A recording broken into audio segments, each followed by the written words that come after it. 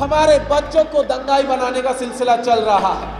वो कह रहे हैं कि इस देश में ये फला धर्म खतरे में, ये फला धर्म खतरे में, वो धर्म खतरे में है, लेकिन हम जानते हैं कि धर्म खतरे में नहीं, हमारा संविधान खतरे में है और उस संविधान को बचाने के लिए हमें लड़ना होगा। जब से ये हुक्मरान आया है 2014 के बाद से लेकर के आज तक अगर हम लोग देखें तो हम लोग पाएंगे कि लगातार हमारे हुक्मरान ने इस देश के संविधान के खिलाफ काम किया, संविधान का नाम लेकर के किया। यह सबसे ज्यादा दुर्भाग्यपूर्ण चीज हमने देखा 2016-17 के आसपास किस तरीके से ST/SC एक्ट में छेड़खानी की गई। हमने ये भी देखा कि किस तरीके से रोस्टर को छेड़ा गया ताकि जो विश्वविद्यालयों में जो लोग पढ़ते हैं पढ़ाते हैं उन्हें विश्वविद्यालयों में आने से रोक दिया जाए। ऑल इंडिया कॉन्फेडरेशन के इस नेशनल कॉन्फ्रेंस में आए हुए तमाम साथियों, डॉक्टर उदित राज जी, RK कलसोत्रा साहब, कॉन्फेडरेशन के पदाधिकारीगण, आप तमाम साथियों को सलाम, आदाब, जय भीम, भूल जोहार। साथियों, यह देश आज़ादी का 75वां वर्ष मना रहा है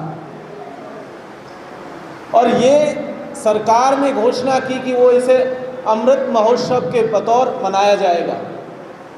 लेकिन जब आज़ादी के 75वें वर्ष मनाया जा रहा है उसके साथ साथ यह जम्मू के भीतर इस हॉल में हम तमाम लोग कुछ बातों को लेकर के चिंतित हैं और वो बातें यहाँ सामने लिखी हुई हैं। कॉन्स्टिट्यूशन के ऊपर जिस तरीके का अटैक हो रहा है, जिस तरीके का हमला है, हमारे फंडामेंटल राइट्स के ऊपर जिस तरीके का हमला है, और इन्हीं हमलों को लेकर के हम चिंतित हैं। ये कोई सडनली ऐसी बात नहीं है जो हमारे जहन में आ गई, हमको लगने लगा कि ऐसा कुछ हो गया है क्या। हम लगातार पिछले कई दशकों से एक चीज देख रहे हैं कि संविधान के ऊपर, हमारे अधिकारों के ऊपर लगातार अटैक हो रहा है।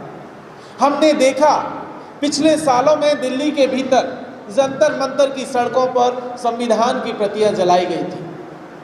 हमने ये भी देखा कि इस देश के सेकुलर कैरेक्टर के ऊपर, इस देश की जो धर्मनिरपेक्षता थी उसके ऊपर किस तरीके का हमला किया गया, इस देश के लोगों पर हमला किया गया, उनकी जात के नाम पर, उसके मजहब के नाम पर। और तब हमें लगा कि शायद हमारे लोगों के राइट्स, हमारा संविधान खतरे में है और इसीलिए हम लोग यहाँ पर एकत्रित हुए हैं।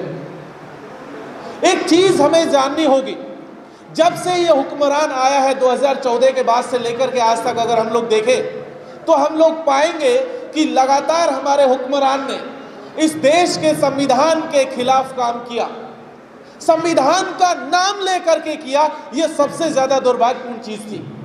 ये चीज हमने देखी कि इस देश के लोगों के खिलाफ लगातार काम किया गया, उनके खिलाफ नफरतें भरी गई, लोगों को लड़ाया गया, लोगों को भड़काया गया ताकि इस देश का जो भाईचारा था, इस देश की जो बुनियाद थी, उस बुनियाद को गिराया जा सके, उसे तोड़ा मरोड़ा जा सके।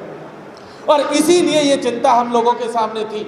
हमने देखा 2016-17 के आसपास किस तरीके से ST/SC एक्ट में छेड़खानी की गई।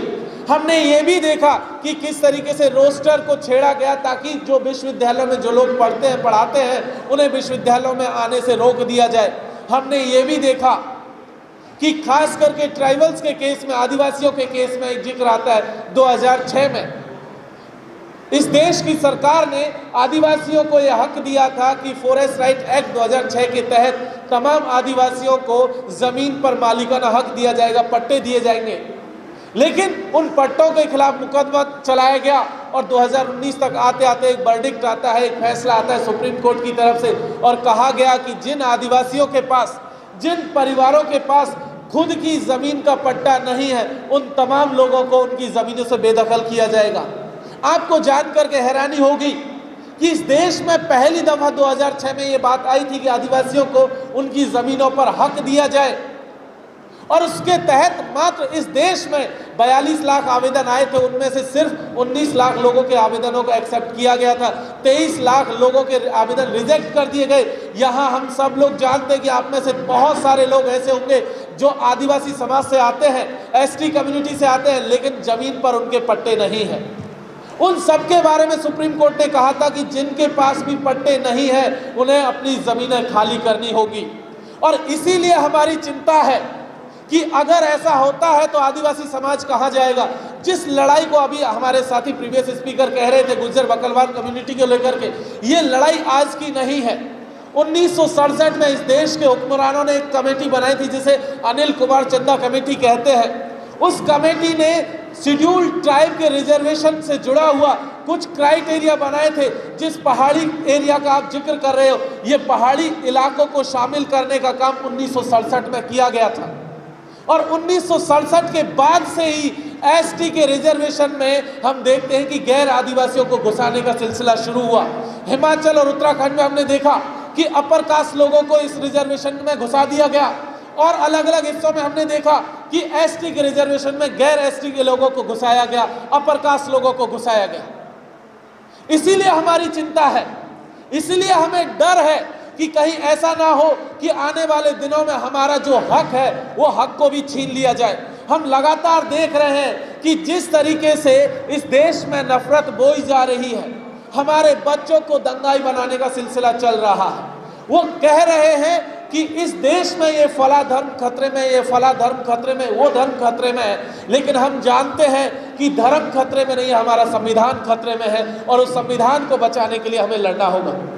इस देश में जिस तरीके की हालत चल रहे हैं, अभी पिछले दिनों हम लोग देख रहे थे कि जुडिशरी का मामला जिस तरीके से आता है, न्यायपालिका में जो जज बैठे हुए हैं, जो जिस जात के बैठे हुए हैं, हम लोग देख रहे हैं कि लगातार वो हमारे खिलाफ फैसले दे रहे हैं। जिस तरीके का पूरा सिस्टम है, उस सिस्टम में भी हम लोग जानते हैं कि वो लोग हमारे खिलाफ काम कर रहे हैं, जबकि हमारे पुरखों ने ये कल्पना भी नहीं की थी।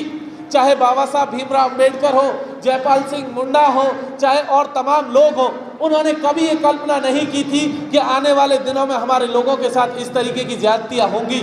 लेकिन आज आज़ादी के 75 वर्ष बाद भी इस तरीके का मामला हो रहा है कि हमें आपस में लड़ाया जा रहा है और हमारे हकों को छीना जा रहा है। न्यायपालिका में बैठे हुए लोग भी हमारे खिलाफ काम कर रहे हैं। ऐसे में जब यहाँ से हम लोग ये लड़ाई लड़ रहे हैं, और जो बात कलसोत्रा साहब कह रहे थे कि आगे इस लड़ाई को कैसे लड़ा जा सकता है, कैसे हम लोगों को शामिल कर सकते हैं, तो एक चीज़ हमें इस बार ध्यान देना होगा कि तमाम सेक्शन के लोग, चाहे आदिवासी समाज के लोग हों, चाहे दलित समाज के लोग हों, चाहे माइनॉरिटी समाज के लोग हों, चाहे पिछड़े समाज के लोग हों, उन लोगों को जब तक हम उन लोगों की परेशानियों को नहीं समझेंगे, आदिवासी समाज की समस्या एकदम से डिफरेंट है, दलित समाज की समस्याएं भी बहुत डिफरेंट है, ओबीसी समाज की समस्याएं भी डिफरेंट है, उसी तरीके से माइनॉरिटी समाज की समस्या डिफरेंट। जब तक हम उन सब के बीच में एक कॉमन प्लेटफॉर्म नहीं बनाएंगे, उन सबको एक साथ शामिल नहीं करेंगे, तब तक ये लड़ाई हमारी अधूरी होगी। और हमें उम्मीद है कि आने वाले दिनों में कॉन्फेडरेशन के साथ ही जो है इस मुहिम में आगे बढ़ेंगे और तमाम लोगों को शामिल करेंगे। बहुत बहुत शुक्रिया।